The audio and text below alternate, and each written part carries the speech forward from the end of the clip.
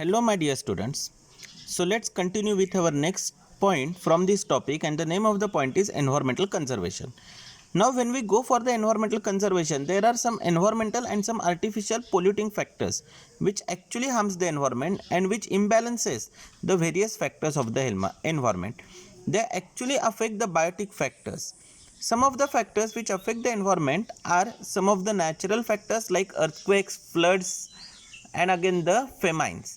And the man-made factors may be deforestation or the fire which are let in the forest, continuous building of new buildings, and some of the other factors like water pollution also. At present, many environmental problems has arisen due to natural and artificial pollutants. Again, environmental pollution is the very major factor. If we see to our surrounding, we can find that our surrounding is continuously polluted. आत्ताच्या जर आपण सिच्युएशनला बघितलं तर आत्ता आपण लॉकडाऊनच्या सिच्युएशनला आहोत आणि आत्ता बघा पोल्युशन बऱ्याच प्रमाणात कमी झालं आहे. आय थिंक आत्ता पण आपण बऱ्याचशा न्यूज ऐकतो की हिमालयचे टिप किंवा पॉईंट्स हे आता काही एरियामधनं इंडियाच्या दिसायला लागलेत. त्याचप्रमाणे वरळीचा सीलिंग रोडसुद्धा दिसायला लागला आहे. हे सगळं का झालं आहे? कारण डायरेक्ट और indirect changes physical chemical factors ज्याच्यामुळे एन्व्हायरमेंटल पोल्युशन होतं तेच ॲटोमॅटिकली कमी झालं आहे. आत्ताच्या सिच्युएशनला पूर्ण वर्ल्डमध्ये जे काही पोल्युशन पर्सेंटेज आहे ते फक्त 23% आहे. 23 इज नथिंग, खूप कमी पर्सेंटेज ते झालेलं आहे. आणि जे रेस्पायरेटरी पार्टिक्युलेट मॅटर्स असतात ते मॅटरसुद्धा प्रचंड प्रमाणात कमी झालेत. आता पोल्युशन का होतं स्टुडंट्स? तर पोल्युशन होतं because of population explosion, fast industrialisation, indiscriminate use of natural resources, deforestation, unplanned urbanisation and response for environmental pollution. आता आपण जर नीट व्यवस्थित बघितलं तर आपल्या चिपळूणचंच एक एक्झाम्पल घ्या. It is the best example of unplanned urbanisation. सुरुवातीला चिपळूण खूप छोटं होतं जे मी माझ्या लहानपणी बघितलेलं आहे. पण आत्ताच्या सिच्युएशनला जर तुम्ही बघितलं ते चिपळूण खूप वास्ट चाललं आहे आणि ह्या सिच्युएशनला आजूबाजूचे डोंगर आहेत ते पोखरायला सुरुवात झाली आहे. It is a biggest threat to the environment. And if we see to pollution is a very broad concept. We know only the type of pollutions like air, water, sound, soil, thermal, light pollutions which occurs around us. And to conserve the pollution, to conserve the environment is actually the need of a R. आता एक सगळ्यात typical example सांगतो. हे सगळं जर तुम्हाला माहिती आहे एअर, वॉटर, सॉईल, पण थर्मल पोल्युशन म्हणजे काय बघा स्टुडंट्स. थर्मल पोल्युशन म्हणजे की जेव्हा गरम पाणी ज्या फॅक्टरीजमध्ये तयार होतं फॉर डिस्टिलेशन पर्पज, की हे गरम झालेलं पाणी जेव्हा त्याला नॉर्मल करून म्हणजे नॉर्मल म्हणजे कसं 37 डिग्रीज करून जेव्हा त्या आजूबाजूच्या रिव्हर्स लेक्स किंवा पॉन्ड्समध्ये सोडलं जातं it is termed as thermal pollution. कारण नॉट नेसेसरी की त्या लेक किंवा पॉन्डचं टेम्परेचर हे 37च असेल. आणि ह्या सिच्युएशनला तिथे असलेले बरेचसे फिश, प्लांट्स आणि छोटे छोटे फ्लोरा आणि फौना हा टोटली डेड होतं. And that's why thermal pollution is also a biggest threat at this moment. The biggest problem is also of the radio active pollution. तुम्हाला आय थिंक रेडिओ ॲक्टिव्ह पोल्युशनचं सगळ्यात typical examples माहिती असतील. Hiroshima and Nagasaki जिथे atom bombs पडलेले, परत जे काय nuclear power plants आहे जिथे इलेक्ट्रिसिटी जनरेशन होते तर त्याच्यात जरी खूप मोठा स्फोट झाला किंवा त्यात जर काही प्रॉब्लेम झाला तर it also results in to the radio active pollution. Radio active पोल्युशनमध्ये UV, इन्फ्रारेड, एक्सरेज हे सगळे बाहेर निघतात आणि ह्या सगळ्यामुळे परत पोल्युशनचा रेट हा वाढत जातो.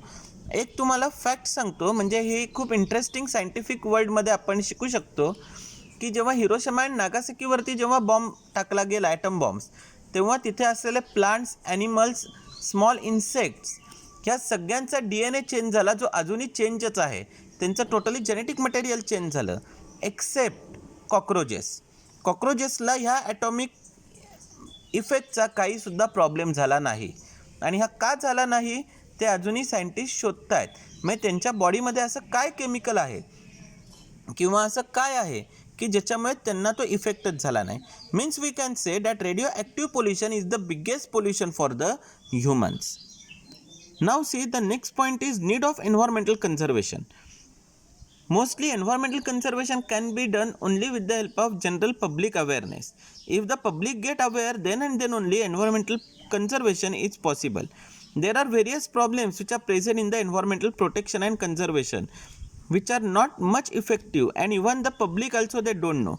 And if we give the education right from the childhood, right from the school ages, then and then only environmental pollution can be easily stopped. And to protect the environment, various laws are made. In 1972, United Nations Environmental Program UNEP has been established, and they had produced various laws concerned with the environment and forestation, which is involved in a planned manner, and these laws came into action right from 1985. Now see my dear students, the next point what we are going to start, that one will be environmental conservation, our social responsibility. Human has came on this planet after a long time after the formation of our mother earth. Humans are given all the right to save the earth because human has established its intelligence, memory, imaginary ability and various such characteristics. So by all these things, humans started to take multiple things from the nature. Actually ह्युमन्सनी काय केलं तर नेचरकडनं बऱ्याचशा गोष्टी घेतल्या आणि त्या सगळ्या गोष्टी घेताना ह्युमननी ही प्रत्येक गोष्ट ही नेचरमध्येच आहे किंवा ती त्याचीच आहे असं वाटायला लागलं. And for it's good and perfect scenario for making a good life, human started to exploit the nature. ह्युमननी नेचरला एवढं एक्सप्लॉइट केलं की त्या सगळ्या गोष्टी घेऊन फायनली ह्युमननी नेचरवर अटॅक केला.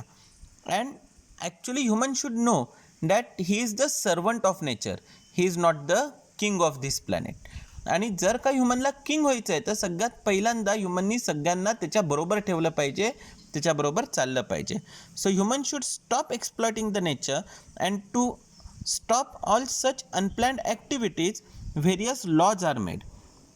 In that, the very first law is Forest Conservation Act 1980, in which the land which is reserved for forest should be conserved for the forest only, and if any person disobeys this law, he will be given the imprisonment of 15 days. जो area फॉरेस्टसाठी आहे तर तो area फॉरेस्टसाठीच ठेवायचा, त्याच्यावर दुसरं कुणी येऊन अतिक्रमण करायचं नाही. आणि जर का असं कुणी केलं तर त्याला 15 डेजची इम्प्रिझनमेंट होऊ शकते. त्याचप्रमाणे नेक्स्ट आहे एन्व्हायरमेंट कन्झर्वेशन ॲक्ट 1986. ह्या ॲक्ट अंडर जर का एखाद्या पर्सननी पोल्युशन अबाव लिमिट जर केलं तर he is punishable and he may be punished for 5 years imprisonment or the fine up to 1 lakh, because National Green Tribunal has been established in 2010 to look after this law. The next one is Wildlife Protection Act 1972. Now here there are 3 clauses, 49A, 49B and 49C. In 49A, a trade of rare animals is completely banned. In 49B, use of articles prepared from skin of organs of wild animals is banned. And 49C, disclosure of the stock of artifacts made from rare wild animals is compulsory.